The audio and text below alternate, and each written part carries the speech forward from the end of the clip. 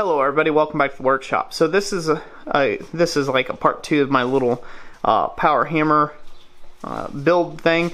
I am replacing the dies to being much larger. I'm upgrading the power hammer to have much larger striking surfaces to work with tooling and stuff. And I just wanted to take and have a quick talk about whenever you're welding two large chunks of steel together, a proper method of taking and doing that. Now, I am not a certified welder, nor do I claim to be the best welder in the world, so take what I say with a grain of salt.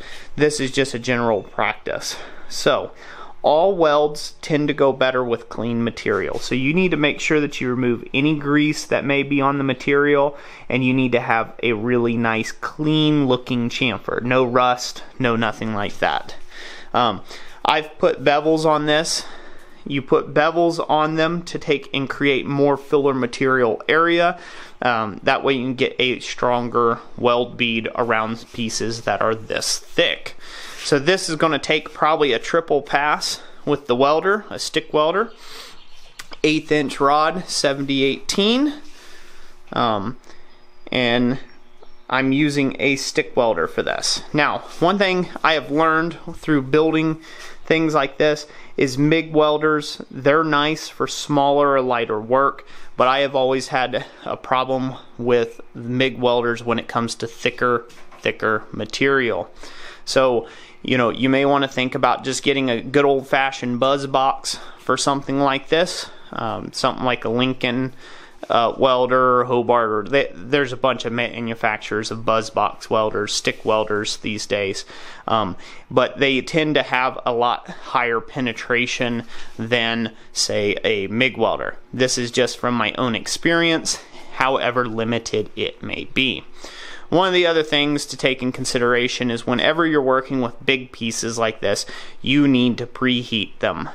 They will suck the heat right out of the weld very quickly, and when they do that, they can create a very brittle grain structure in there, from what I have found in my own poor welding practices. So I keep reiterating that I am not a professional welder, because I know that there's welders in my comment sections and that subscribe to my channel that are probably going to laugh at everything I've just said. So please feel free, if I've said something that's amiss, to all those guys that have been welding for years, put it in the comment section. Let me know if I'm on the right track or if I'm on the wrong track, and that way maybe you know, I can learn and do a lot better.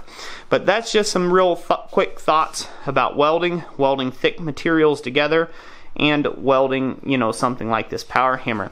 One thing I want to talk about, one real quick last thing, is safety. If you do not feel comfortable with your own abilities, or you do not feel comfortable standing in front of your own workmanship as it's flying at 200 beats per minute, don't do this. Get a licensed welder. Do not make it yourself if you do not feel comfortable with your own abilities. You are doing these type things at your own risk. I fully know the risks of if I screw up my welds, or I don't get a good enough fusion or something like that, one of these dies could pop apart, possibly get thrown at me in a bad way, could be maimed, injured, killed. There's a lot of different things that could happen from this. So again, if you do not feel comfortable with your own abilities, and if you are not willing to stand in front of your own work, or as they say, stand behind your work, and watch it blow up on you or not, don't do this. It's going to end very badly for you. So that's it for today. I hope you guys enjoyed the video. If you did, let me know in the comment section down below. And as always, God bless you, and we will catch you on the next one.